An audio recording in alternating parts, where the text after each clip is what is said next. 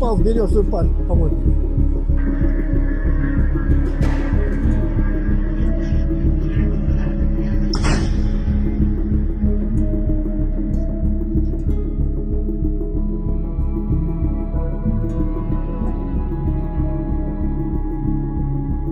Вот он.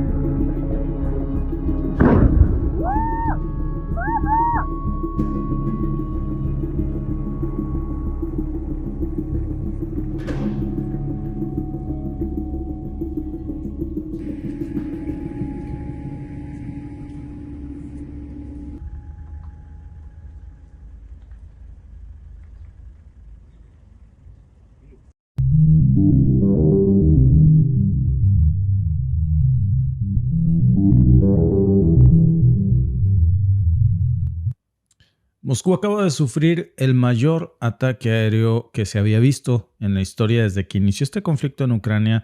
Kiev no había lanzado un ataque desde estas dimensiones y ahora estamos viendo una nueva escalada. Miren, para que nos hagamos una idea, estamos hablando de más de 100 drones. Ahora les voy a decir la cantidad exacta, no tripulados, posiblemente con apoyo o al menos en coordinación con la OTAN. O con ayuda occidental, dirigidos precisamente a la capital de Rusia.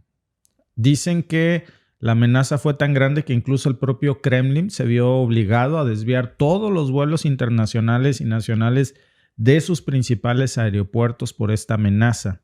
Afortunadamente, como vieron en las imágenes, que por cierto, impactante el derribo de los drones. No son las imágenes a las que Ucrania estaba acostumbrado, ni Occidente tampoco. Casi siempre estos ataques no se pueden detener. Plus, han visto que los ataques con drones no se pueden detener en este momento con eficacia en Israel. Están lidiando con esto.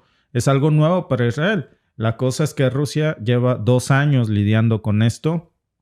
Ahora ya ha diseñado un escudo en contra, le dicen el paraguas de drones, por no decirle domo de hierro, porque se oye ya como algo que no funciona. Solo se reportó un herido de todos estos ataques, pero bueno, pues eso no quita que haya sido la oleada de drones más grande que Moscú haya visto hasta este momento.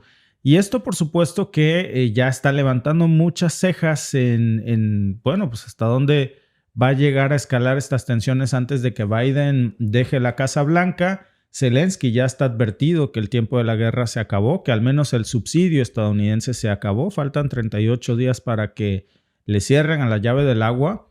Y pues por lo pronto, a pesar de eso, ya estamos viendo que Zelensky se niega, seguramente por órdenes de sus superiores, porque al final es solo un peón en el tablero de ajedrez occidental, a cesar los ataques y por el contrario los quiere escalar a un nuevo nivel. ¿Cuál es la intención? Miren, esto pasó ayer domingo en Rusia.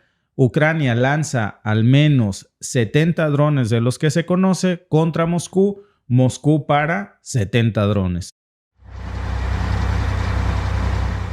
Rusia informó el domingo que derribó 70 drones ucranianos, casi la mitad de ellos dirigidos a la región de Moscú. Según las autoridades, el mayor ataque contra la capital rusa desde el inicio del conflicto en 2022 obligó al cierre temporal de 3 aeropuertos moscovitas, hirió a una mujer de 52 años y provocó el incendio de viviendas en la localidad de Ramenskoye. Ucrania afirma que sus ataques, que a menudo tienen como objetivo instalaciones energéticas, son una respuesta a los bombardeos rusos sobre su territorio. Hace 4 días, Moscú lanzó un ataque masivo con drones contra la capital ucraniana, que es atacada casi a diario desde hace un mes. El presidente Volodymyr Zelensky denunció que durante la madrugada del domingo, Ucrania fue blanco de un nuevo ataque récord con 145 drones rusos. Las fuerzas aéreas ucranianas indicaron en un comunicado que 62 de ellos habían sido neutralizados sobre 13 regiones del país. Dice por aquí uno de nuestros amigos, esperen la respuesta rusa, dice Marco PC Mac. Esperen la respuesta rusa que será épica. Ahora que las elecciones norteamericanas han pasado, ya no se puede utilizar como herramienta propagandista electoral.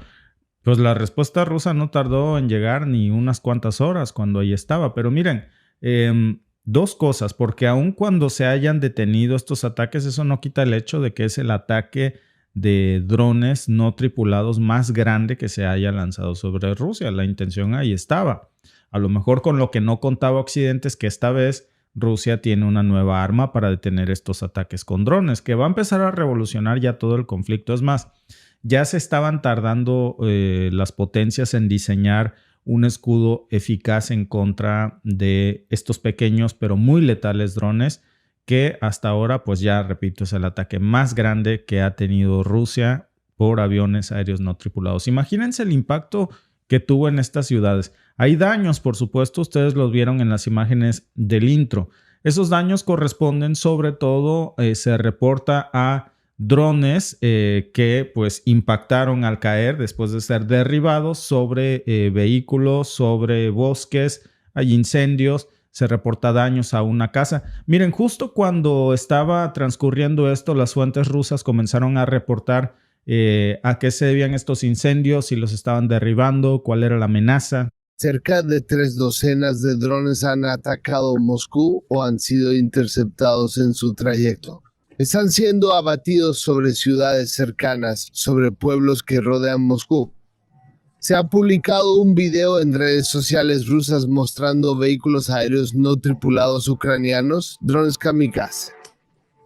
Se están acercando muy bajo a Moscú. También hay imágenes de uno de ellos aparentemente dañado, cayendo, aterrizando en un barrio. En un barrio suburbano, dañando varias casas, 2 en total, según lo que sabemos. Parece que no hay heridos. Había gente en una de las casas afectadas, pero son 2 en total. Están quemándose. Este es uno de los ataques más grandes de Ucrania a Moscú. Bueno, después de esto, porque esta nota se comenzó a dar en las primeras horas o en los primeros momentos de que se reportaba el ataque, ya después supimos que los aeropuertos de Domodedov y también el aeropuerto de Sheremetyev, también, por cierto, el tercer aeropuerto moscovita al que se refieren es el de Shukovsky, que tuvieron que desviar todos sus vuelos por esta amenaza. Miles de pasajeros, por supuesto, se retrasaron en sus vuelos, en el tráfico aéreo. Se generó un caos en estos aeropuertos, pero afortunadamente solo se reportó un herido en esta región de Moscú. No hay muertos, pero el susto y la incertidumbre que generó este ataque fueron enormes. Además, hay que decirlo, amigos, esto es un ataque terrorista. Nada que presumir para Ucrania. Ucrania sale y presume que lanza un ataque terrorista dirigido a hogares, aeropuertos, civiles, no objetivos militares. Afortunadamente, se derriba esa amenaza que iba dirigido a civiles, a niños, a familias, hogares, pues, y no pasa nada. Por el contrario, Rusia lanza una amenaza que no tardó en llegar, en accionarse, porque el Ministerio de Defensa ruso pues no se quedó atrás. Ucrania lanza 70 drones y según las defensas aéreas pues destruyen los 70 drones en varias de estas regiones del oeste de Rusia. En un lapso de 3 horas, en el domingo se reportaba esto. Cuando pasaba esto no tardó mucho, cuando el Kremlin ya había salido a decir que neutralizó por completo lo que él llamó un intento del régimen de Kiev de llevar a cabo un ataque terrorista utilizando vehículos aéreos no tripulados en territorio ruso. Así lo calificó como un ataque terrorista. Y pues cuando es un ataque dirigido a viviendas, a zonas civiles, a centros urbanos, pues ¿cómo podría calificarse? 70 bombas dirigidos a una ciudad. Bueno, pues la región de Moscú, nada más para tener una idea, pues es una de las más pobladas de Rusia. 21 millones de habitantes.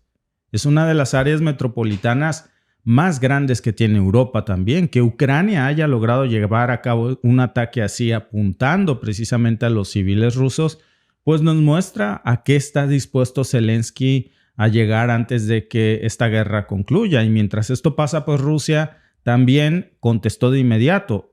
Ucrania lanza 70 drones y Rusia responde con 145 drones precisamente dirigidos hacia Ucrania en esa misma noche. Varias fuentes informaron que las autoridades ucranianas confirmaron este ataque de 145 drones. Kiev dice que, a diferencia de lo que vimos en Rusia, que sus defensas lograron derribar 62 de ellos, menos de la mitad.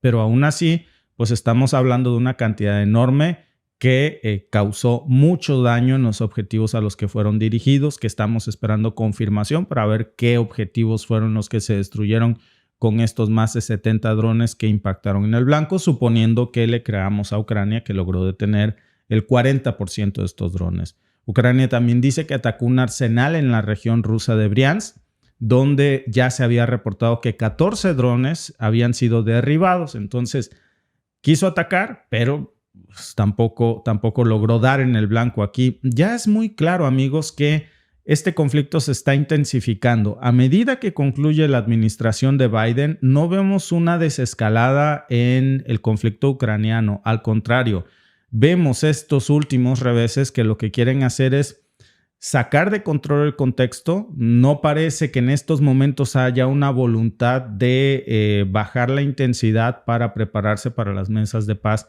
que esperemos que vengan pronto. Y ahora pues Kiev ha convertido estos drones comerciales, por cierto, en armas letales y están aumentando muchísimo su producción, pues buscando formas de convertirlos en verdaderas bombas terroristas que van a dar a casas, apuntando a objetivos civiles.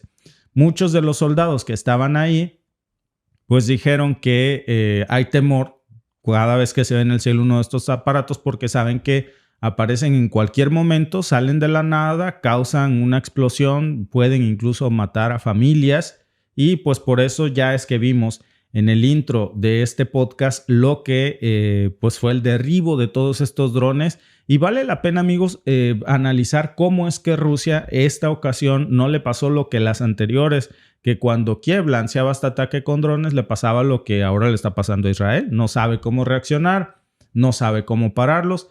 Esta vez Rusia logró por fin detener todos los ataques de aviones no tripulados. ¿Cómo lo hizo?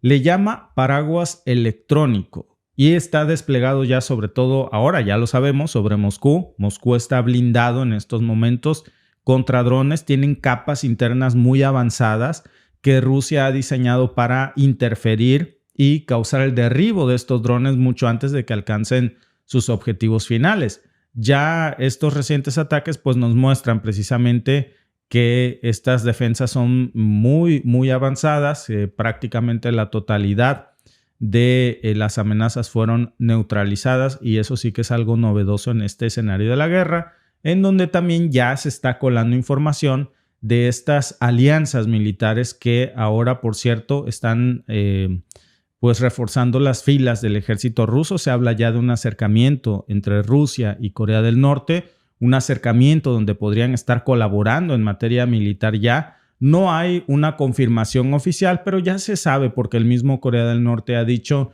que va con Rusia hasta la victoria. Ya no hay empacho en negar que tienen una alianza militar en donde ya las tropas norcoreanas están en suelo ruso y están participando también ya activamente en este conflicto. Por eso incluso se habla de que una de las primeras labores que va a hacer Donald Trump al regresar precisamente a la Casa Blanca es pues intentar quitarle de alguna forma a Rusia este aliado estratégico que tiene en Corea del Norte, porque recordemos que la última vez que Donald Trump fue presidente logró una relación muy cercana que se parecía imposible de cristalizar con Corea del Norte. Fue el primer presidente estadounidense en entablar relaciones en esta época moderna con Norcorea. Entonces ahora podría ser que Rusia cuenta con un aliado muy poderoso en Corea del Norte, ya lo estamos viendo, principalmente en lo que tiene que ver con producción de armamento a bajo precio, pero también con un intercambio militar que está resultándoles muy efectivo. Ya muchos informes hablan de que los propios rusos han concentrado 50,000 soldados en la región de Kursk. Imagínense lo que se les viene encima en estos días a las tropas de mercenarios de países miembros de la OTAN. Va a ser una verdadera carnicería. 50,000 soldados que están rodeando en estos momentos a los mercenarios que quedan en las tropas de Kursk, incluyendo, por supuesto, en su gran mayoría ya son fuerzas extranjeras. Y partes de esos 50,000 que tiene Rusia también lo son. Estamos hablando de muchos norcoreanos de élite que están ahí listos para el ataque, un ataque que va a ser inminente en los próximos días. Seguramente vamos a escuchar una actualización de esto porque estas tropas van a estar complementando el entrenamiento en maniobra de artillería e infantería que recibieron las semanas pasadas precisamente pues, por parte de Rusia, y ahora pues es tiempo de pues, ponerlo en práctica. Y volviendo al tema de los drones, por cierto, yo creo que también vale la pena analizar cómo toda esta tecnología pues, se ha vuelto medular en el conflicto. Rusia ha utilizado drones, sobre todo de fabricación iraní, que son muy diferentes, por cierto, a los drones que nosotros veíamos en los videos en el video del intro, que son imágenes reales de los ataques que recibió ayer Moscú. Pero esos drones ucranianos son drones baratos, de bajo costo. Ya lo decíamos, como incluso muchos son hechos de madera. Es decir, ante la escasez de suministros, Ucrania está, pues sí, hay que reconocer su ingenio, pero amigos, salir a pelear con una espada de madera contra Rusia no suena como una buena idea. Rusia no está usando drones de madera, está usando drones Shahed 136 de fabricación iraní a muy bajo costo que se los están dando precisamente a Rusia y que están específicamente diseñados para lanzar estos ataques de largo alcance. Son drones que tienen un alcance de hasta 2.500 kilómetros. Su autonomía es impresionante, también la capacidad de carga explosiva, y entonces vemos una disparidad en los drones que existen en este conflicto de lado a lado. Aunado a esto, ahora vemos esta combinación de paraguas electrónicos antidrones que ha diseñado Rusia. Por cierto, creo que ese perrito tiene lombrices. Ahí acabo de ver que deberían... miren. Pero sí, hay que checar ese perrito porque yo creo que tiene lombrices. Amigos, fíjense que regresando al tema de los drones, vemos cómo estas estrategias innovadoras y cómo la participación ya de múltiples actores pues hace que este conflicto sea particularmente impredecible, pero Rusia está metiendo ya a la escena un nuevo elemento que vamos a ver desarrollarse en las potencias militares del planeta. Algo que no se conocía hasta este momento, que es este paraguas electrónico contra drones. Mucho más barato, mucho más pequeño, mucho menos elegante. No es un domo de hierro, no es nada de eso. Simplemente no era, amigos, sostenible poner, por ejemplo, los S-400, que son sistemas de defensa aérea rusos, para lanzar misiles en contra de un dron de bajo costo, porque le va a pasar a Rusia lo que le pasa ahora a Israel. De tener un dron de $5,000 le cuesta 50 o 150,000. Simplemente no es sostenible. Lo que está haciendo ahora es lanzar pequeños ataques para sacar de combate a estos pequeños drones e interferencia electrónica. Son contraataques de muy, muy bajo costo que entonces sí que hacen sostenible el costo de neutralizar estas amenazas en el aire, y esto seguramente se va a implementar y a replicar, a copiar en otros conflictos, sobre todo en Israel, que en estos momentos ha visto que su domo de hierro no sirve para nada. Lo descubrió Rusia también el año antepasado. Descubrió que sus S-400 y S-500 no sirven para nada cuando se trata de ataques con drones de muy bajo costo, drones muy baratos, porque si es que logras parar todas esas amenazas, 150 amenazas simultáneas, que cada una te cuesta, en el caso de Ucrania, seguramente ni $1,000, pero que te hacen un daño brutal. Entonces necesitas una respuesta que sea no mayor a $1,000, por supuesto, para neutralizar esa amenaza, porque si no el costo de producción te va a llevar a la quiebra. Ya estamos viendo este nuevo elemento, hay que considerarlo, porque va a revolucionar seguramente lo que vimos este domingo, el futuro de las guerras electrónicas y de las guerras modernas. Pero yo creo que la principal pregunta que hoy nos queda es ¿por qué ahora? ¿Por qué recordábamos ayer que Donald Trump Jr. Había publicado esta imagen, si se acuerdan, en donde decía que te faltan 338 días para que se te acabe tu limosna, tu allowance, tu domingo, tu mesada? Eso se lo posteaba ayer Donald Trump Jr. a Zelensky. Es una amenaza. Zelensky sabe que tiene los días contados. La cosa es que si Zelensky sabe que llegando Trump se acabó el dinerito de la guerra, y ya hemos dicho mucho hasta el cansancio que Zelensky es un caballito de feria, que si no le echas monedas en el lomo no va a caminar, ¿por qué lanza este ataque? ¿Por qué picarle la cresta a Rusia 38 días antes de que se quede sin dinero? No suena como algo inteligente. ¿Por desesperación? ¿Por instrucciones de la OTAN?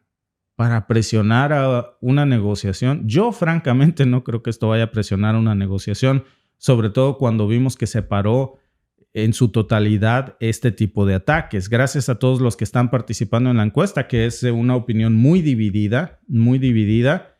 El 44% cree que por instrucciones de la OTAN ha hecho Zelensky esto en mal momento. El 43% cree que es por desesperación.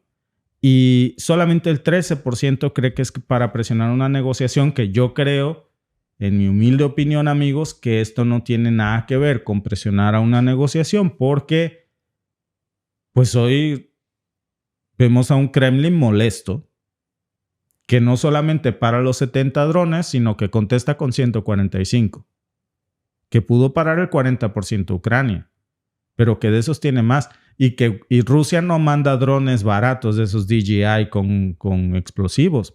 Manda drones iraníes militares. Y de esos tiene mucho. Irán es un aliado clave y ahora está reforzando sus defensas con Corea del Norte. Más de lo que ya tenían. Entonces, por cierto, Ucrania atacando tropas norcoreanas también le está picando la cresta a los norcoreanos. Sobre todo porque los norcoreanos... A ver, los norcoreanos van por los ucranianos, eso ya lo sabemos, es cuestión de tiempo para que suceda. Pero en este momento no habían hecho nada. Estaban en suelo ruso, en una base de entrenamiento de suelo ruso, y Ucrania lanza un ataque a las tropas ucranianas que están ahí, que aún no lo han agredido, que aún no han pisado suelo ucraniano. Entonces, ¿qué hace? Provocar la furia ahora de las tropas norcoreanas que ya van tomándolo como su propia guerra también, porque hubo bajas entre sus propias filas y ya van con todo.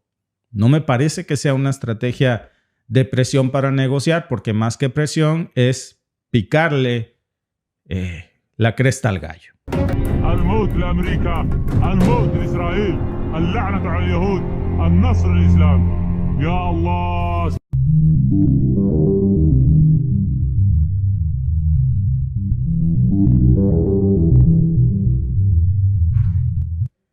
Pues Yemen acaba de lanzar un misil hipersónico, uno más. No crean que es una nota repetida, que estamos otra vez diciendo lo mismo. Uno más. Otro misil imparable, directo, para no variar, a una de sus bases militares más protegidas y poderosas. Una de las más estratégicas que tiene Israel. Hablamos nada más y nada menos que de la base Nahal Sorek, que está ubicada al sureste de Jaffa. Esta operación que hoy se está reportando que confirmado, ya Israel salió a confirmar que efectivamente recibieron un ataque hipersónico de Yemen. No han dicho cuáles fueron los alcances de ese ataque, pero ya está confirmado ese tema y Yemen también se adjudicó la autoría del ataque. No es cualquier cosa, es un misil de alta precisión, artesanal, como pudieron ustedes ver en las imágenes de cómo son los misiles Palestina 2, que fabrica Yemen, precisamente con ese nombre, y que han lanzado e impactado en el corazón de una instalación israelí muy poderosa. Y con esto nuevamente Yemen está mandando un mensaje muy claro, un mensaje de la resistencia, de la cual Yemen se considera una parte activa, son parte de este eje de la resistencia, del que vamos a hablar, por cierto, en un podcast, porque es a través del cual Irán se blinda, pero también desde el cual están lanzando estos ataques altamente efectivos a Israel, que están dando un paso gigante ya atacando con este tipo de tecnología que muy pocos países en el mundo tienen. Ni siquiera las potencias militares como Francia, Estados Unidos, Reino Unido tienen este tipo de tecnología. Ya, por cierto, vemos cómo este es el segundo ataque hipersónico que que reivindica Yemen en menos de 10 días. ¿Se acuerdan que la semana pasada estábamos hablando de un ataque hipersónico a Israel? Este es otro diferente. Eso ya nos está dando una idea del nivel precisamente de confrontación, de lo grave que es la situación hoy para Israel, porque en este momento, de nuevo, no pueden parar, ni con todo el blindaje que Washington ha reforzado ahí, este ataque hipersónico. Ahora, hay que poner esto en contexto y pensar en un segundo, porque miren, déjenme mostrarles, por cierto, un mapa del recorrido de la trayectoria que tiene este misil, bueno, que tuvo el lanzamiento. Se los voy a poner por aquí, porque para ubicarnos en el contexto, bueno, ¿dónde está precisamente Yemen? Desde donde lanzan el ataque que vimos hace unos momentos, porque me parece que este contexto es muy importante para entender. En una trayectoria recta desde Yemen hasta esa base militar israelí. ¿Por qué es tan relevante este lugar que han atacado? ¿Qué es lo que había en esa base de Israel, en Nahal Sorek, que es tan importante y valioso no solo para Israel, también para Estados Unidos? Miren, para empezar, no es cualquier base. Estamos hablando, amigos, de aquí, a diferencia del otro ataque en donde había cadetes, aquí no. ¿Se acuerdan que Hezbollah lanzó un ataque a una instalación de cadetes militares de Israel? Bueno, aquí no había aprendices, aquí no había cadetes. Es una de las instalaciones militares en donde Israel guarda toda su tecnología y armamento más avanzado. Este es el tipo de cosas que no se ven, por supuesto, en CNN, en DLW, porque están ahí, claro, para responder a encubrir estas amenazas graves que hoy estamos viendo que se están pues lanzando a gran escala ya con la confirmación de este ataque. Lo que no pueden negar, porque ya sería el colmo, es, por un lado, Yemen reivindica el ataque con otro misil hipersónico Palestina 2. La imagen que ustedes ven ahí es una imagen de archivo de la fotografía cuando fue tomada, pero el ataque, como pueden ustedes ver ahí en las notas, del 11 de noviembre, es decir, es un ataque de hoy que Israel confirma. Y entonces que Yemen haya decidido atacar justo esta base, que haya logrado otra vez en menos de 10 días impactar con uno de sus misiles hipersónicos, pues no es una cosa menor. Esto ya nos está diciendo que no solamente están elevando el nivel del armamento que tienen para combatir a Israel, están subiendo la apuesta, pero también, fíjense, ojo con esto, porque cuando vemos el mapa, pues es una trayectoria en línea recta, pero también que saben a dónde golpear, cómo, dónde hacer más daño a Israel. Quiere decir que aquí hay inteligencia militar de primer nivel.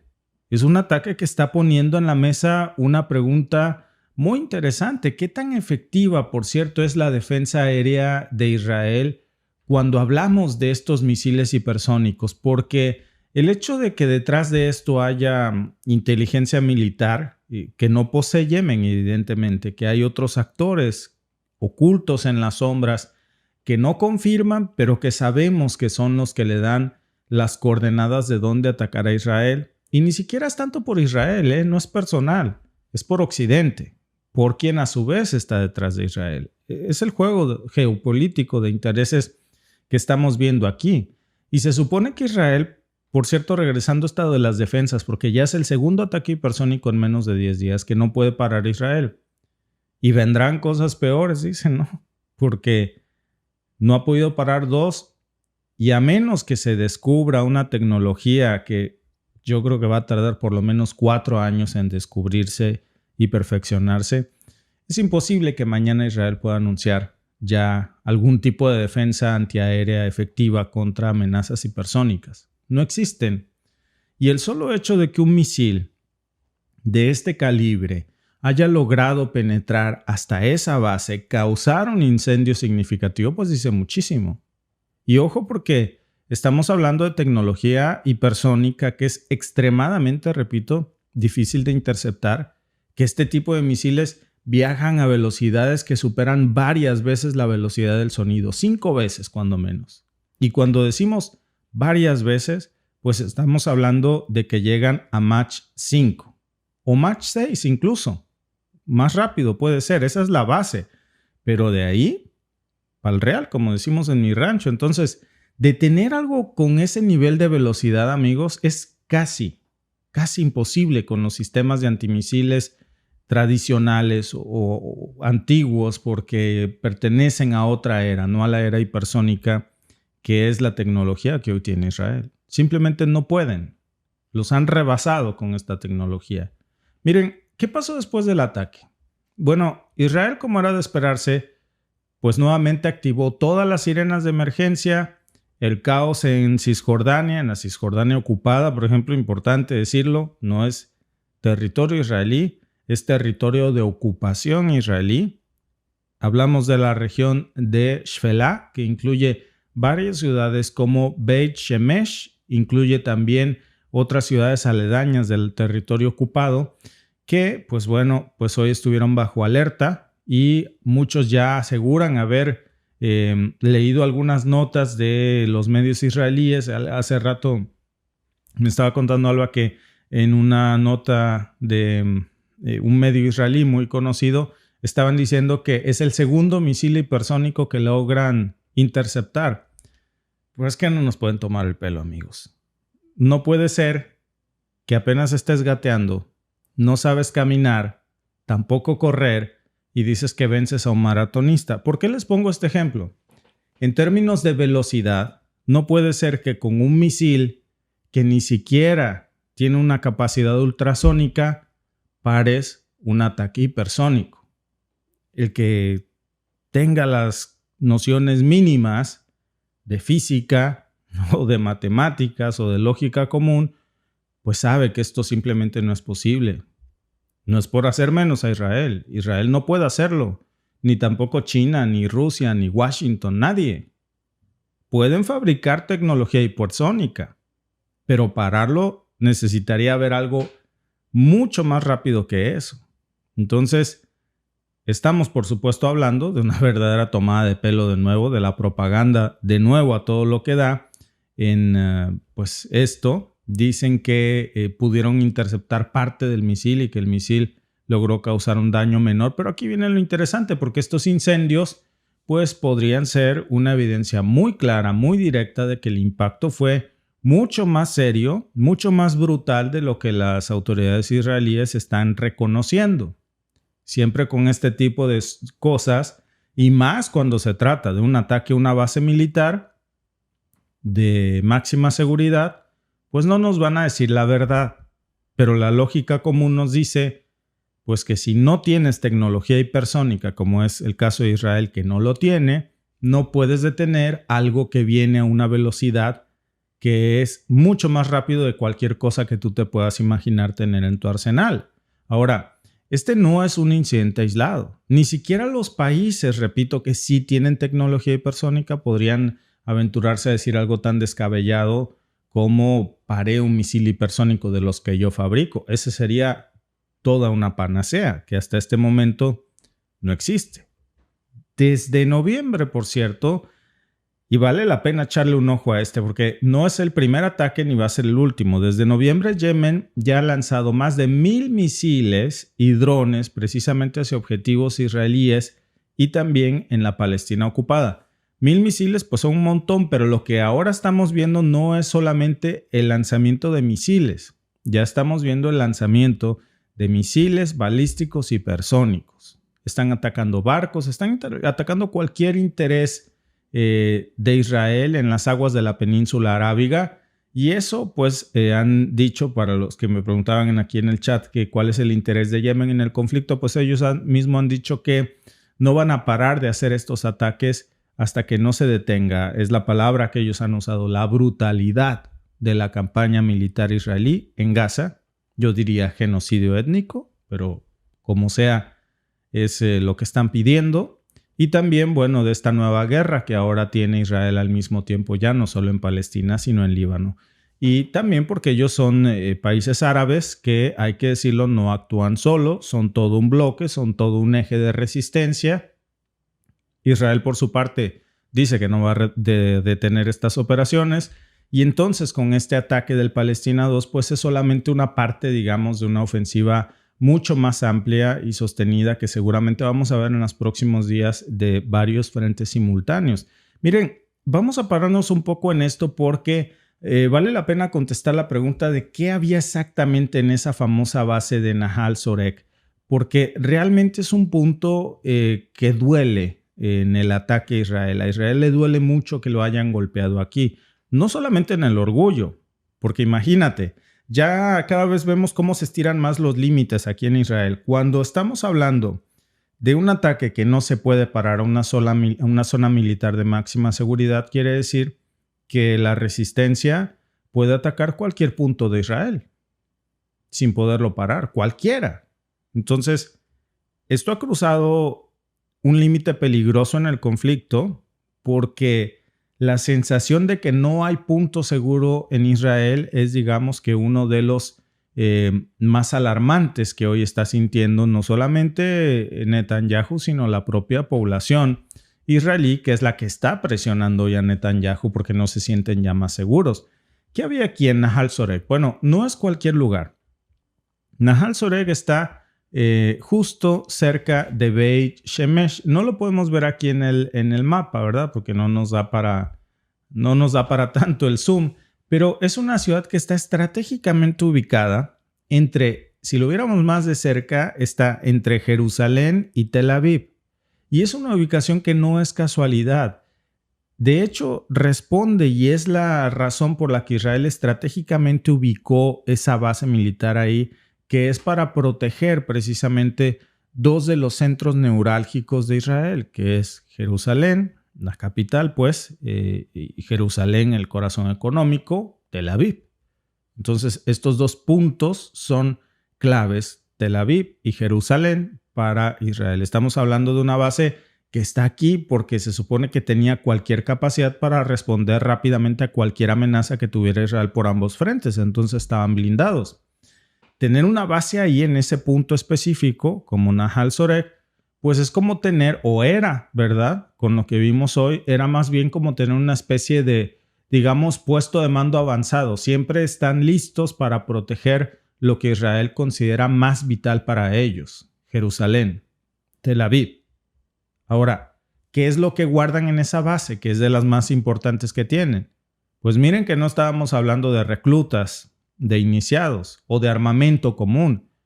Estamos hablando de una bodega de armas que está aquí en Nahal Sorek, en donde se almacenarían presuntamente y se operarían algunos de los sistemas de defensas más avanzados que tiene Israel para poder proteger estos dos nodos vitales para ellos. Imagínense la tecnología de última generación, desde, por supuesto, misiles balísticos, drones, sistemas de vigilancia, de inteligencia, incluso elementos de infraestructura nuclear, que son extremadamente sensibles. Entonces, por eso, amigos, es tan delicado de hablar un ataque hipersónico a este punto, porque es una base que tiene además, pues digamos, la capacidad para coordinar ataques desde ahí, porque está en ese punto estratégico, para coordinar los ataques y la defensa de todo el territorio israelí por completo en tiempo real. Y eso pues lo convierte en un verdadero centro de comando. Pero ahora imagínense con lo que les estoy diciendo el nivel de blindaje que debe de tener esta base de seguridad. Esta base militar no se le podía acercar pero sin ni un ave, sin que ellos lo supieran y permitieran. Y ahora miren lo que está pasando. Es decir, es un lugar donde no solamente estaban almacenando armas, también tenían toda una operación completa de monitoreo, de espionaje, de reacción inmediata. Se supone que era una base impenetrable. Entonces, ¿por qué Yemen decide atacar justo esa base y no otra? Bueno, pues ya a este punto nos queda muy claro. El mensaje que quiere mandar Yemen. Hay algunas imágenes que estaban circulando en donde son breves segundos, 4 segundos, no parecen reales, por cierto, donde se ve un incendio minúsculo sin ningún resto del misil hipersónico. Dicen que lo lograron para, repito, ¿cómo puedes parar algo hipersónico si no tú mismo no has desarrollado la tecnología hipersónica? ¿Qué tienes más rápido que un hipersónico para pararlo? Y había un fuego enorme aún así en la base militar. Entonces, pues eso en sí ya era una señal preocupante de que iban a atacar y de que ahora Yemen puede atacar donde más le duele a Israel. Es un mensaje, amigos. Es una advertencia. Porque este ataque a una base militar así, pues tiene un leer entre líneas aquí que hay que ver precisamente a dónde va dirigido este dardo, a la seguridad interna de Israel. Porque Nahal Soreg es todo un verdadero símbolo de poder. Es como si yo les dijera que hubo un ataque al Pentágono, para que entendamos más o menos en esta dimensión la equivalencia y sobre todo la importancia para el territorio. Un golpe así, pues no es solamente un ataque militar, es un golpe al orgullo, por supuesto, porque está poniendo en jaque la sensación de seguridad que Israel quiere proyectar. No solamente a su propia población. En estos momentos Netanyahu está en una verdadera crisis de percepción pública y también de preferencias electorales. Sus simpatías no son para nada buenas. También está mandando un mal mensaje a sus aliados, sobre todo a sus aliados occidentales, porque defender a Israel cada vez cuesta más, porque ellos ya no pueden hacerlo solos, porque dependen más de la protección de otros países. Ese es el peligroso mensaje, amigos, que hoy está aquí en juego.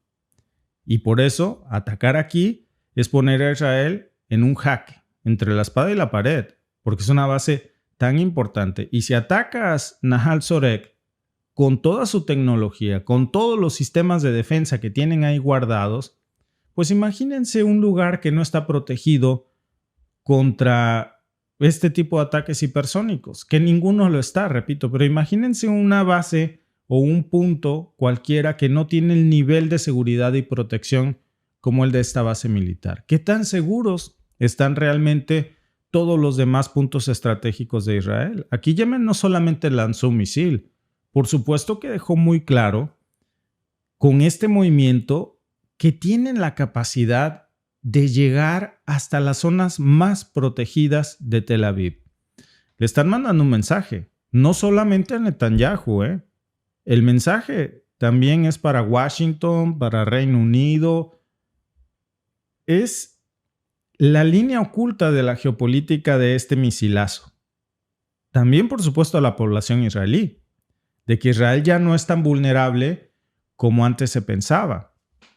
No sé si podríamos decir que hay un cambio en el equilibrio de poder ya en Medio Oriente, pero lo que sí les puedo decir con certeza es que este tipo de ataques que ya hemos visto, apenas hace unos días estábamos hablando de otro igualito, con misiles hipersónicos, rompiendo en un punto tan neurálgico y protegido de Israel, pues sí nos manda un mensaje que hay que atender.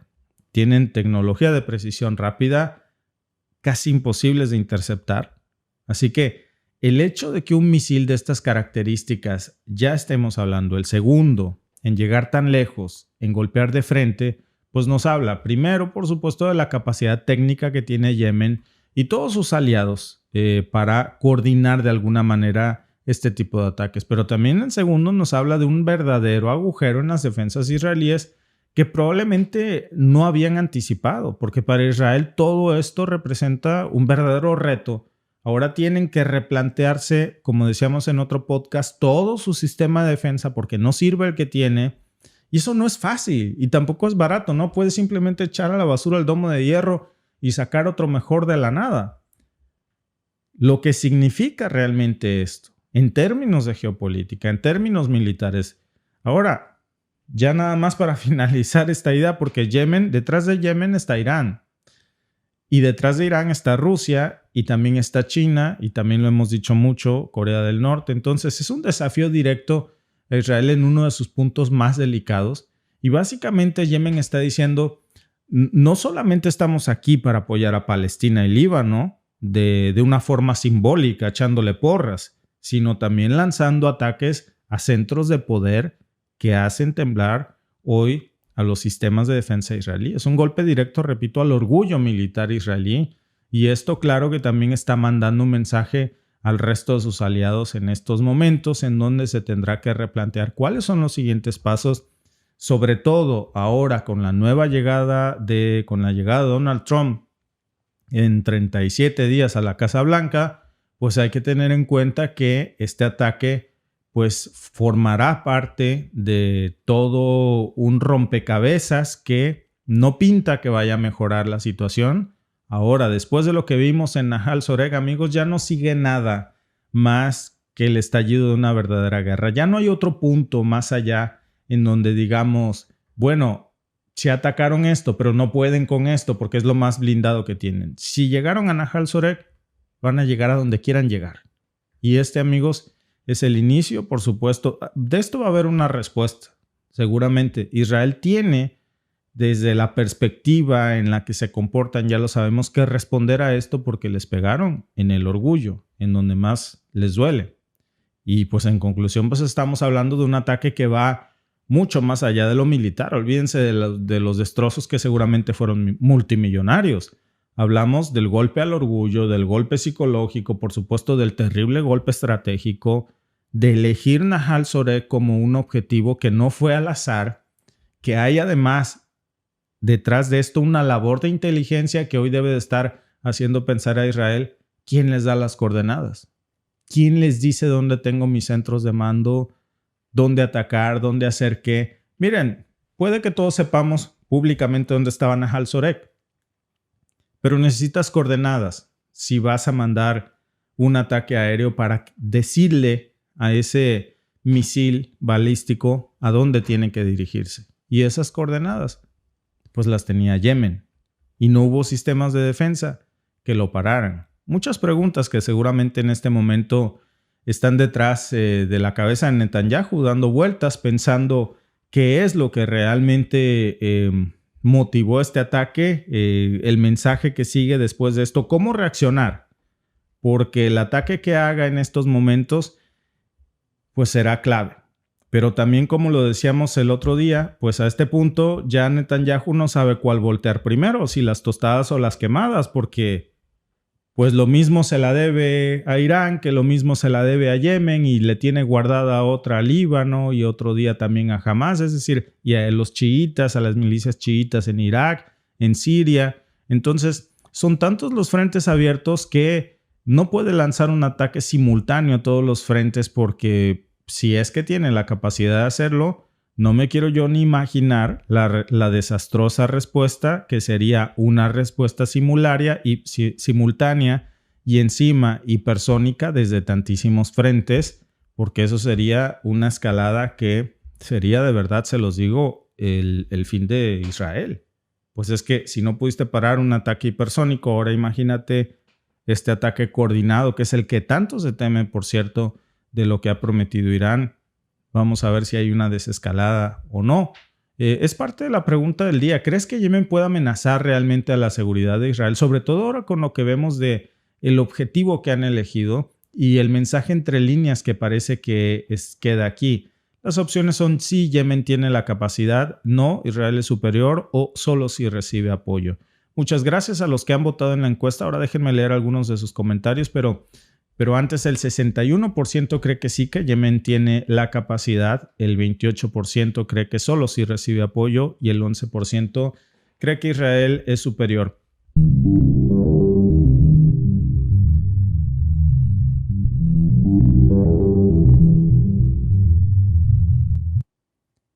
Pues esto sí que se va a poner más interesante.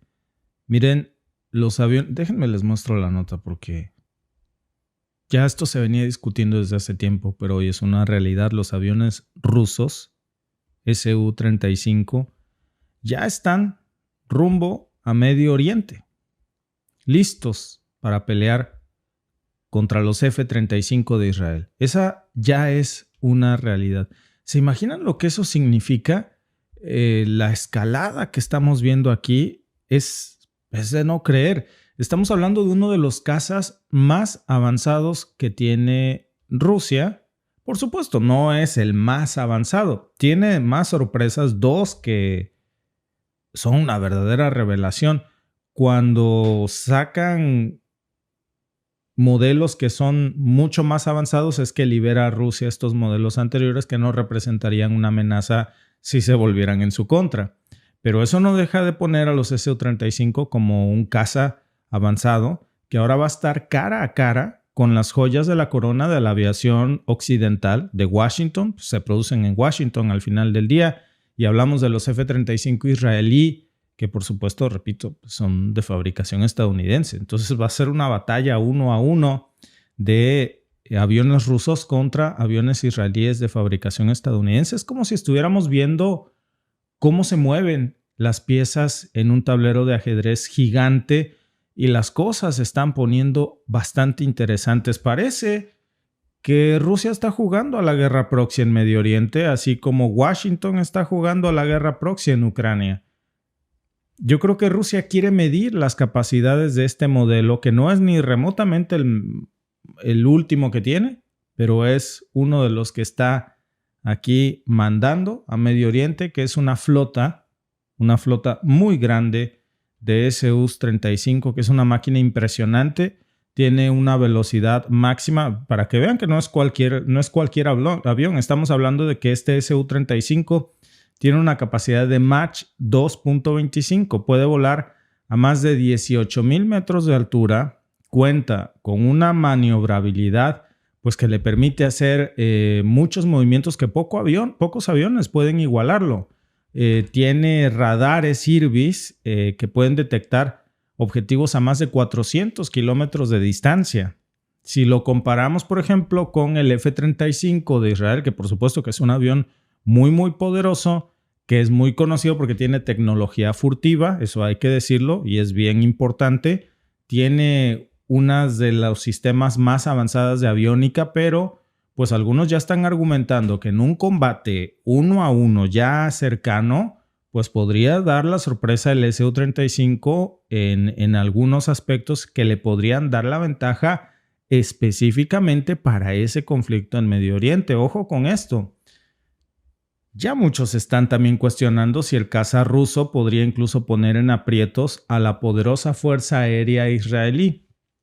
Imagínense si estos cazas rusos derribaran en los próximos semanas a los F-35 israelí. Sería toda una nota en materia militar porque el último modelo que está lanzando Rusia, del que nos va a hablar al rato Alba, es el Su-75. Imagínense, el Su-75.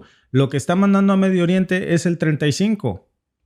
Es una pregunta ya que muchos están haciendo porque si el Su-35 y el F-35 pudieran competir, no tienen nada mejor que eso Estados Unidos en cazas. Entonces imagínense ese escenario en donde estos Su-35 ya iraníes, porque lo que está pasando aquí es que Rusia está finalmente autorizando la venta masiva de Su-35 a Irán para que Irán los use contra Israel y pues se van a encontrar en el aire con los F-35 israelíes. ¿Qué va a pasar? Que esta nota me suena a un déjà vu, Alba, como que yo esto ya lo vi en algún lugar. Rusia está vendiéndole a Irán Su-35 y se me hace que hasta le va a mandar entrenamiento para que aprendan a pilotear los Su-35. ¿Habías visto eso en alguna otra parte? No, esto nunca se había visto nunca antes en la historia. Versión OTAN, ¿va? No pasó hace unos meses en Ucrania, no fue la historia que nos contaron supuestamente de los F-16 que le mandaron a Ucrania. No, amigos, eso nunca se había visto. Esto es nuevo, diferente. Por eso, Alba, de verdad que esas palabras a mí se me quedaron muy grabadas porque cuando yo escuché ese discurso de Putin, pensé, viene algo grande. Cuando dijo, vamos a armar a los enemigos de Occidente, así como Occidente ha estado armando a los enemigos de Rusia. Miren qué déjà vu. Ahora, esto no es una demostración de fuerza, ¿eh? Esta es la revancha rusa. Y en donde más le duele a Washington no le duele tanto a Ucrania, le duele a Israel. A veces yo creo que a Biden le duele más Israel que el propio Estados Unidos, porque cuida más a Israel que a los damnificados de Florida, por ejemplo. Muchos escenarios en los que hemos visto ya hasta dónde el lobismo israelí ha llegado en Washington. Y aquí de lo que estamos hablando es de un potencial cambio de equilibrio militar que Rusia está haciendo con Irán. Y es que Claro, porque muchos en el chat me van a decir, el F-35 tiene tecnología de punta, es lo mejor que tiene Estados Unidos, por eso se lo ha mandado a Israel. Si tuviera algo mejor, ya estaría ahí. Digo, en términos de un caza furtivo. Entonces, si lo comparamos con el Su-35, tampoco es que vaya a andar Irán en chanclas, ¿eh? Le puede complicar las cosas a cualquier adversario, incluso, por supuesto, a los F-35. Miren, resulta que Rusia e Irán finalmente, después de tanto debatir de esto, llegaron a un acuerdo para la compra de estos aviones. Hace poco yo leía algunas notas de medios árabes que comenzaban a decir, Irán le ha mandado a Rusia miles de misiles y también de drones Shahed. A cambio de eso, a nosotros nos han sancionado. ¿Cuántos cazas Su-35 nos ha mandado Rusia hasta ahora? Ninguno. Era como un reclamo, como que estaba presionando mucho a Irán en el sentido de, oye, tengo tiempo pidiéndote que se concrete la venta de estos cazas y no me los das. Y por alguna razón, Rusia no había querido, pues digamos, hacerle la maldad a Israel con este movimiento, pero ahora ya esto va y va en serio. No es solamente una transacción de compra-venta típica que está haciendo Irán con Rusia. Ya lo que vemos es que Irán está evaluando si es mejor adquirir los aviones ya fabricados o incluso se está hablando en este momento de que Irán podría ensamblarlos en su casa. Esto, amigos, va a ser un cambio total de el aislamiento que tiene en estos momentos Irán en materia de, sobre todo militar, en la supremacía aérea que predominaba en Medio Oriente a favor de Israel. Ahora lo que haría Irán, fíjense cómo cambiaría a Rusia el equilibrio de poder, porque si le da la autorización y además el know-how y se lleva el ensamblaje de los Su-35 a Irán, pues va a pasar lo que pasó con India, precisamente con el Su-30 MKI. Rusia hizo algo similar. Miren ahora lo que pasó, fue una decisión que tiene implicaciones tremendas para Irán, para Rusia, y pues por eso es que esto va a afectar muchísimo el equilibrio de poder en Medio Oriente y prende todos los focos rojos para Israel, que sabía que podía mandar sus F-35 y hacer las atrocidades que quisiera con total libertad, porque Irán no tenía más que sacar una resortera hace 10 años. Ahora ya no son así las cosas. Y para entender mejor la dimensión de todo esto, miren, si nos regresamos un poco, ¿de dónde nace esto que hoy está poniendo en otro jaque a Israel? Que es esa cumbre que se había llevado a cabo en Kazán, y yo creo que es lo que destraba todo esto, porque ahí Rusia e Irán alcanzan finalmente estos acuerdos que ya vimos que culminaron en la firma de este tratado de cooperación integral. Y a lo mejor en ese momento, pues, hubo quien dijo, bueno, un papel más en la mesa en el escritorio de Putin. Pues no. Ahora vemos que este acuerdo, pues, no surgió de la nada y no es letra muerta. Fueron negociaciones que habían estado en marcha desde mucho tiempo atrás. Y imagínense que esto se venía arrastrando desde tiempos del difunto presidente iraní Raisi. Y ahora, por fin, están a punto de materializarse. Ya es un hecho. Raisi nunca vio uno solo de estos Su-35 en suelo iraní, pero porque llevaba tiempo Irán en pedirle a Rusia estos sistemas de armamento, y ya han adquirido aviones de entrenamiento, los Yak-130, que son aviones que son muy buenos. Precisamente fue la antesala, porque fíjense, Rusia cuidó este detalle. No va a pasar lo que le pasó a Ucrania, que pues compró silla para tener caballo, ¿no? Le ofrecen los F-16, pero no tenía pilotos. Y preparar pilotos toma muchísimo tiempo. Entonces, ¿de qué le sirven? Ese conflicto está ya. No es para un año o dos. Lo que hizo Rusia, en cambio, fue que le vende primero a Irán los Yak-130, que son pues aviones ideales para entrenar a los pilotos para que puedan de ahí brincar a pilotear aviones más avanzados, precisamente como este Su-35.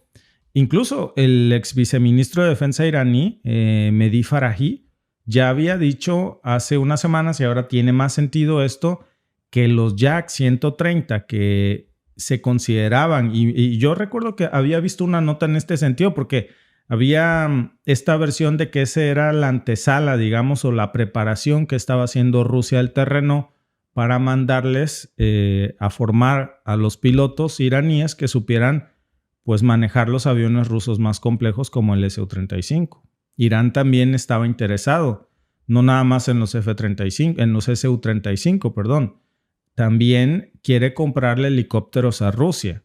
Y eso pues ya nos habla de un cambio total, abismal en la supremacía aérea israelí. Fíjense, Israel no tiene armas hipersónicas. Irán, Yemen sí los tiene.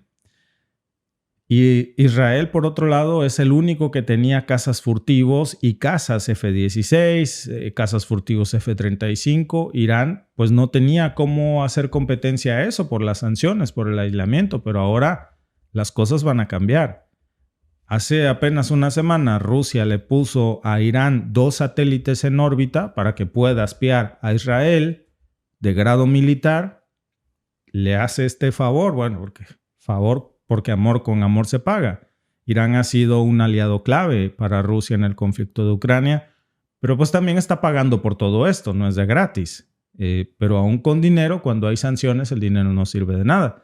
Esto para Rusia no ha importado. Le pone en órbita 2 satélites la semana pasada y ahora pues estamos viendo cómo ya se está hablando no solo de la venta de los Su-35, que ya es una realidad, sino también ya se está hablando en estos momentos incluso de la venta de helicópteros militares rusos. La fuerza iraní, los pilotos iraníes en estos momentos están volando aviones que, pues miren, pues para ser honestos, pues son chatarra.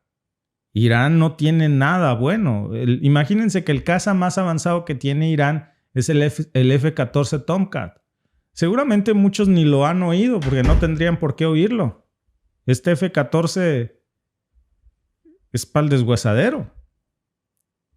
Es un avión, es un caza de 1974. Imagínense, el último año en que se produjo este F-14 Tomcat, ¿saben cuándo fue? En el 79. Ni había yo nacido, tú menos. No, pues no. Menos. No. Y bueno, yo estoy chiquita. Sí, estás como para un F-35.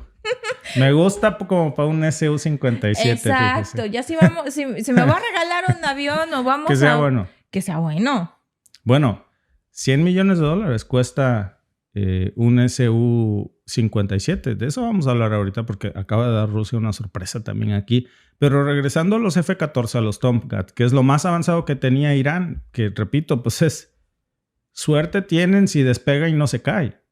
Estamos hablando de aviones que no solamente son viejísimos, tienen 40 años en servicio. Las refacciones ya ni siquiera se producen y aunque se produjeran muchas de ellas, Irán está sancionado y son aviones occidentales a los que Irán no tiene acceso a sus partes, ni a su mantenimiento, ni a sus actualizaciones. Por ingenio, Irán los mantiene operativos. Ellos le fabrican artesanalmente repuestos, pero son aviones muy antiguos que para nada pueden competir con la tecnología moderna que tiene Israel. En lo que uno de esos F-14 despega, Israel ya fue y vino. Y luego, pues estos F-14 que tiene Irán no son los únicos, también tiene otros. Tenía unos MiG-29 que obtuvo Irak de Irak en el 91, durante la guerra del Golfo. Se hizo de estos aviones, que también son aviones que pues no son modernos. Y aparte que ya eran de medio cachete, como decimos en México, ¿no? De uso, modelos antiguos. Y pues básicamente en cuanto a flota aérea, Irán prácticamente no tiene nada de valor hasta este momento, por las sanciones, por el aislamiento. Por eso tuvieron que desarrollar incluso sus propios aviones de combate. La cosa es que esos aviones de combate que Irán hizo, pues eran aviones de combate que se basaban en modelos antiguos como el F-5, imagínense, el F-5. Entonces, Israel pilotea F-35 e Irán produce F-5. Han creado algunas adecuaciones con otros nombres que no tienen esos números progresivos. le llaman HESA, que es el Azarakh, el ESA Saket, que son esencialmente pues modificaciones que le han hecho al F-5 Tiger.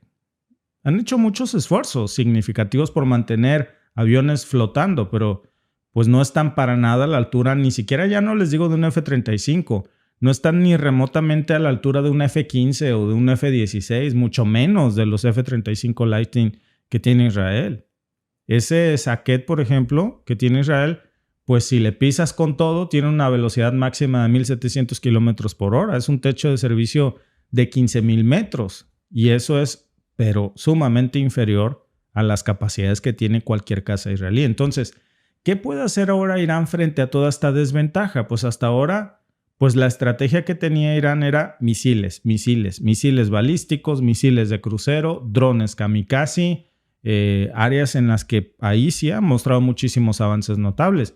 Pero para tener una fuerza aérea competitiva, pues necesitan aviones modernos. Y ahí es donde entra precisamente Rusia con el Su-35. En una guerra como la que tiene en estos momentos Rusia con Ucrania, lo que ha resultado más efectivo, aviones tiene de sobra Rusia. Lo que necesitaba eran drones y misiles, que es la especialidad de Irán. Irán se los vende y repito, amor con amor se paga. Ahora sabemos cuál fue la negociación. Y la elección para Irán, pues básicamente eran dos opciones. Le quedaba o bien comprarle aviones a Rusia o comprárselos a China. Pero, pues, en términos de familiaridad con la tecnología china, pues Irán nunca ha tenido este tipo de equipos.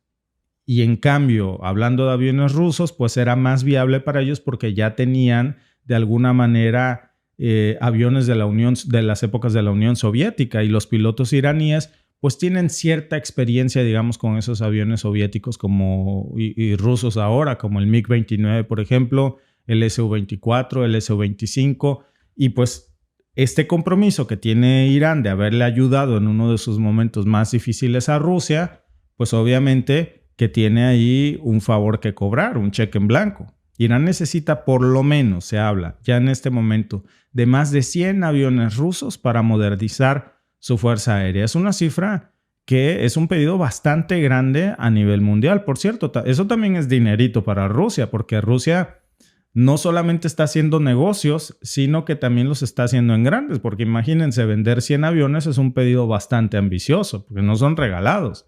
Y aquí es donde las cosas pues se están complicando mucho para Israel. Y por eso se está hablando ya de la posibilidad de que para que Rusia no distraiga a su industria militar, que en estos momentos está ocupada en Ucrania, se está considerando la posibilidad de que sea Irán quien ensamble localmente esos aviones rusos, y con eso no solamente resuelven el problema, sino que si se fijan ustedes, Rusia está haciendo estas negociaciones en donde está poniendo prácticamente manufacturas a muy bajo precio para la guerra. Ahora Rusia está produciendo armas en Corea del Norte a precio de nada, la verdad. Es un negocio enorme porque con lo que Rusia compra un misil, por ejemplo, de artillería en Corea del Norte, la OTAN no se compra pero sin ni un chicle. Y esto también lo va a replicar en Irán. En la India, por ejemplo, para tener una idea, el costo de ensamblar un Su-30 MKI, pues resultó que era el ejemplo que mostrábamos hace rato, que era el doble de si se lo hubieran comprado directamente a Rusia. Y en números, pues mientras que un Su-30 MKI cuesta alrededor de $32 millones en Rusia, en India terminó costando $64 millones por unidad. Le salió carísimo. Y bueno, pues para Irán el costo pues es bastante importante, pero también lo es independencia. En estos momentos necesita independencia tecnológica, necesita ensamblar rápidamente esos aviones en su propio territorio, desarrollar su propia industria aeronáutica, reducir esa enorme dependencia que tiene de Rusia para mantener en un futuro todos estos aviones y las piezas de repuesto, porque ya saben lo que le pasó con estos F-5, por ejemplo. Pero pues eso requiere, por supuesto, de una infraestructura enorme, modernizar toda su industria militar, y Rusia lo está ayudando en eso. Entonces, por eso es tan preocupante lo que hoy estamos viendo para Israel, por supuesto, esta nota de que ya no es Washington el único proveedor de armas del mundo, ¿eh? Este desbalance de a una parte del mundo le vendo todas las armas y entonces los otros no tienen más que resorteras, precisamente que es lo que había pasado en Medio Oriente, se genera una desproporción militar brutal en donde un solo país hace lo que quiere en todo Medio Oriente porque los demás no tienen nada.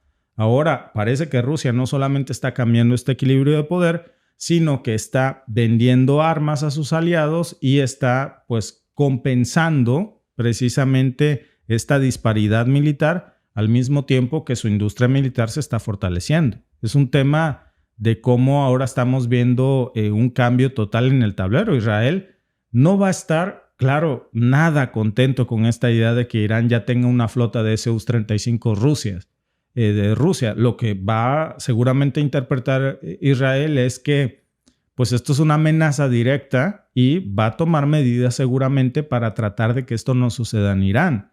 Pero claro, no sería la primera vez que Israel quiere bloquear operaciones en Irán para neutralizar lo que él percibe como amenazas existenciales. Nada más que hay un problema.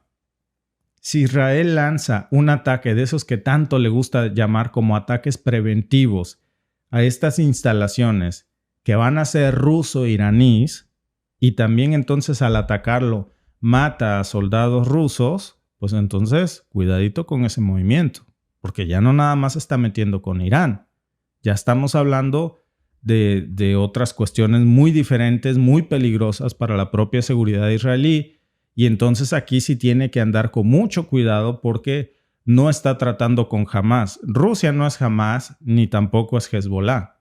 Entonces, ahora vamos a ver qué es lo que sucede, pero este acuerdo ya es una realidad o ya lo vemos venir. Está la venta de estos Su-35 y pues esto va a tener implicaciones geopolíticas enormes y un cambio total en el equilibrio de poder de Medio Oriente, Alba.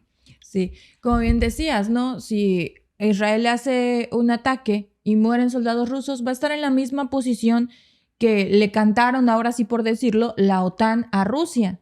Si mataba soldados de la OTAN. Claro. Están, digamos que, en la misma calidad de circunstancias. Por cierto, Alba, déjame nada más comentarte algo porque alguien decía aquí en los comentarios, antes de que...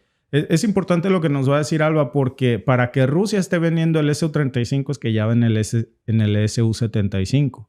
Pero que en el momento de que se dé esta batalla en el aire, ¿qué tan superior seguirá siendo Israel en términos de un F-35 contra lo que vamos a ver en unas cuantas semanas seguramente que va a ser un Su-35? Bueno, el Su-35 es un caza de generación 4. Entonces, tiene características que lo acercan muchísimo a un avión de quinta generación.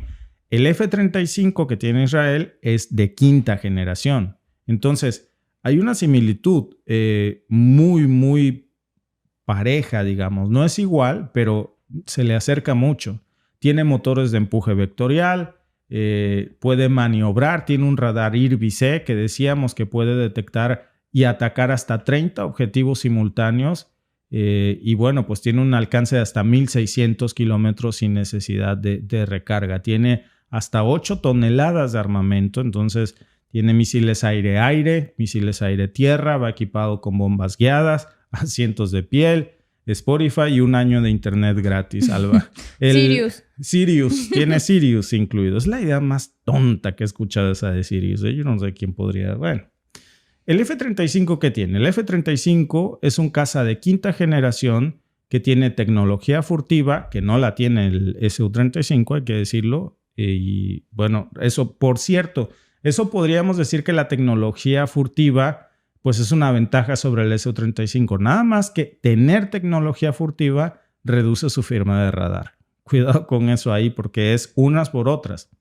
Pero bueno, pues ha habido muchas críticas, por cierto, sobre la maniobrabilidad del F-35 estadounidense. Muchos expertos incluso dicen que en un enfrentamiento directo como el que podríamos ver de una batalla entre el Su-35, pues podría el Su-35 ruso dar la sorpresa en términos de maniobras, en términos de potencia de fuego, pero el F-35 de Israel se compensa porque son aviones de sigilos, son aviones más avanzados con sistemas de sensores y comunicaciones.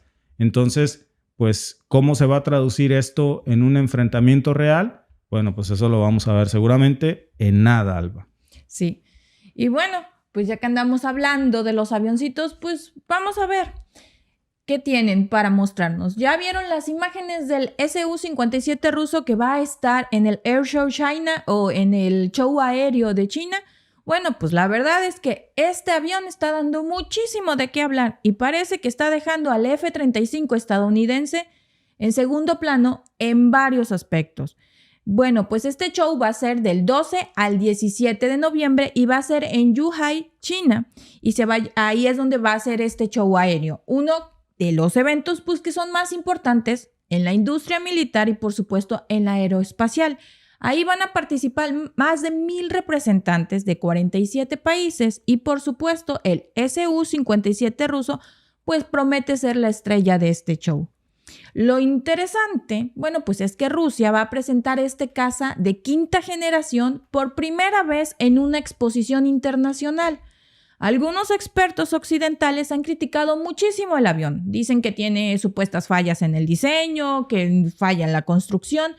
Pero vean el video de la exhibición en donde las supuestas fallas de diseño pues están impresionando al mundo y están dejando al F-35 como un avión de papel. De hecho, ya viene, pues mañana comienza. De hecho, Sí. ya hay algunas imágenes sobre la apariencia del Su-57 y por eso ha recibido muchas críticas, porque dicen que es muy bonito para ser funcional.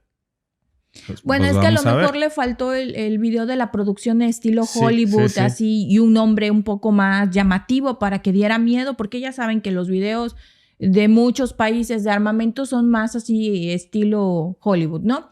Bueno, pues lo que pasa es que el Su-57 fue diseñado pues para competir con los mejores cazas del mundo, incluyendo por supuesto al F-22 y al F-35 pues de Estados Unidos.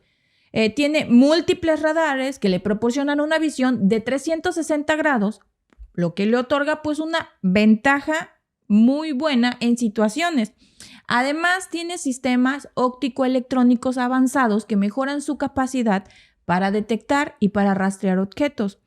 En términos de maniobrabilidad, el Su-57 pues está equipado con motores de vectorización de empuje que le permiten realizar maniobras que el F-35 no puede igualar. Esto es sumamente crucial en combates aéreos cercanos, donde la agilidad del avión puede marcar la diferencia. Por supuesto, como muchos decían, también depende del piloto, por supuesto, depende del piloto, pero entre más capacidad el avión tenga, por supuesto, hay una ventaja.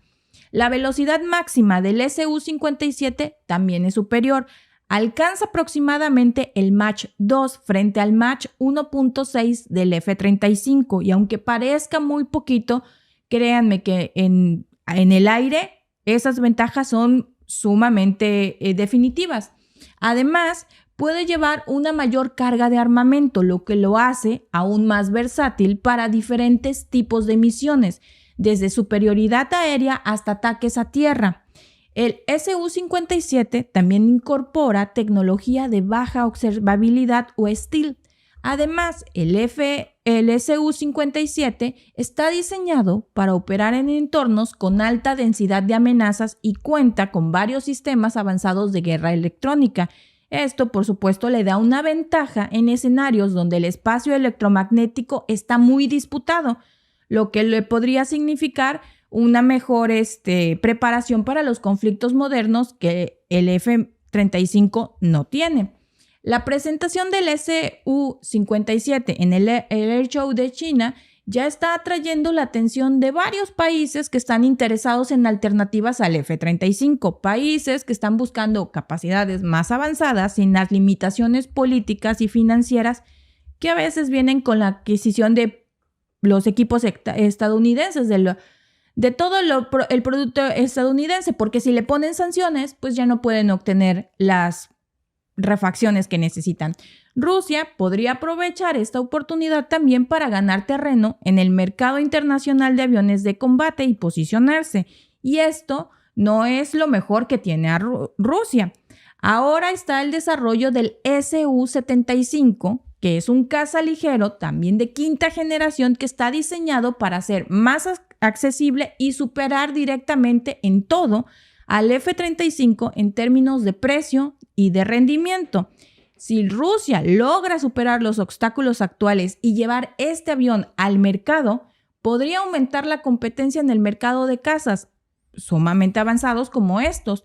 Entonces, el Su-57 parece estar dejando atrás al F-35 en varios aspectos, desde la maniobrabilidad hasta la versatilidad en el campo de batalla.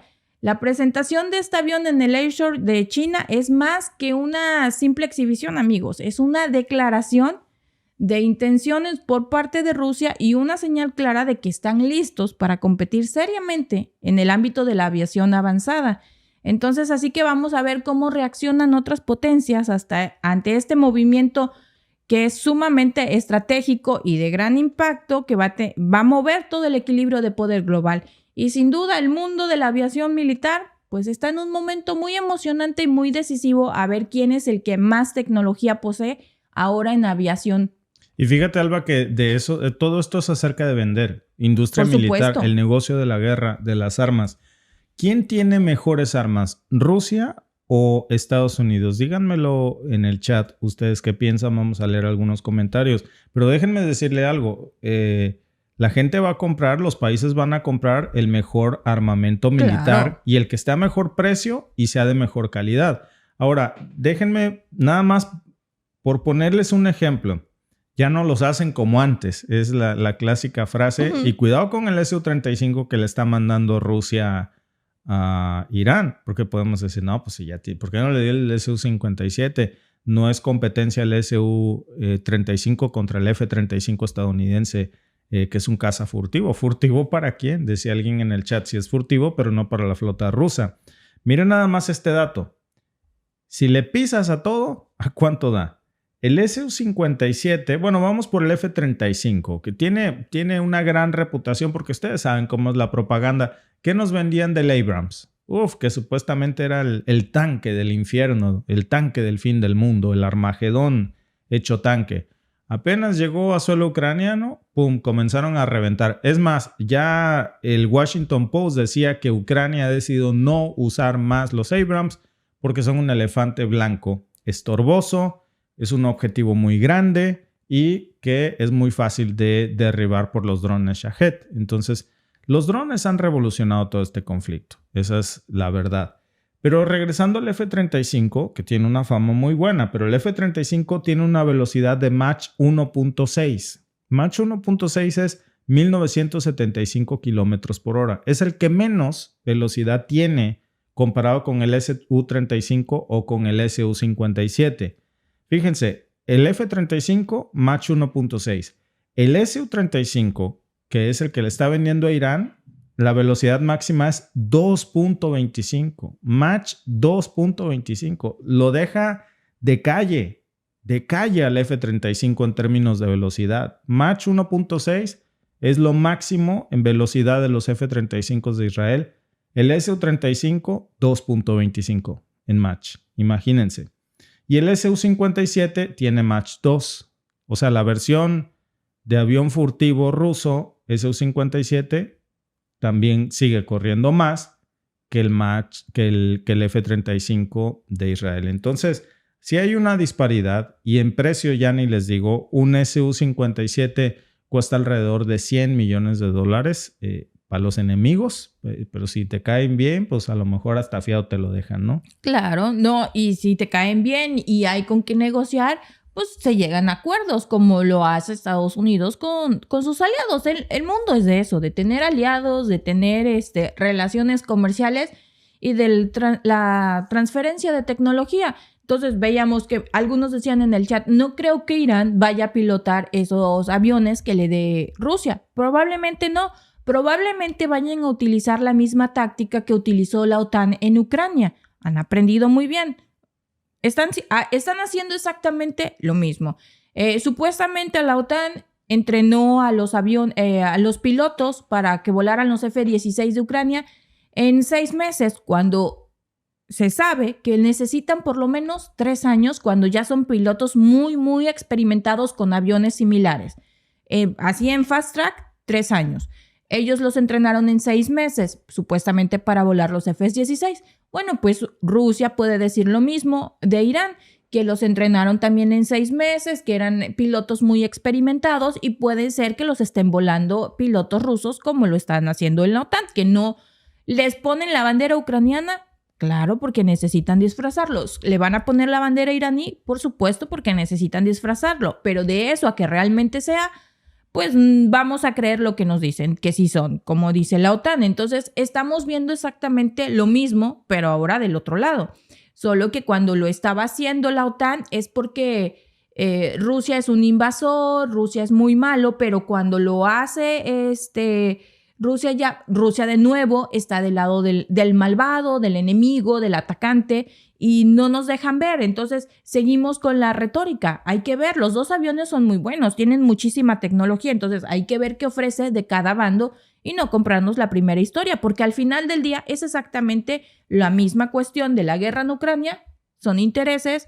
¿Por qué? Por los hidrocarburos. Porque está la guerra en Palestina, son intereses también por lo de los hidrocarburos. Ahora, Alba, mira. El F-35, porque todo esto se trata de vender armas al final, por eso está la exhibición en China en estos momentos en donde se está viendo pues cuál es la superioridad aérea, qué industria militar es mejor, si la rusa, la china, la estadounidense, pero en términos de costo, Alba, es una locura. Por ejemplo, el F-35, que es mucho menos veloz que el Su-35, cuesta $109 millones. Es más, el más barato, el que no tiene espejos retrovisores y los asientos son de tela, el F-35A, $82.5 millones. ¿Sabes cuánto cuesta un Su-35? 1.140 millones. $1 millón. O sea, es nada el precio. Claro, por la mano de obra. Sí, el precio ese es para los amigos, para Irán. Si lo quiere algún país occidental, pues ahí no, ahí es de a kilo, pero se la deja en medio, ¿no? Le va a dar un descuentón loco, pero de que... Bueno, ya me está saliendo lo fino. Mira, mejor déjame mostrarte la encuesta, porque ¿podrán los Su-35 iraníes hacer frente a los F-35 de Israel en caso de enfrentamiento? Las opciones son sí tiene ventajas, no, el F-35 es superior o dependerá de la estrategia. Amigos, muchas gracias por unirse a nuestro último podcast de la noche y nos vemos mañana con más información. Hasta luego.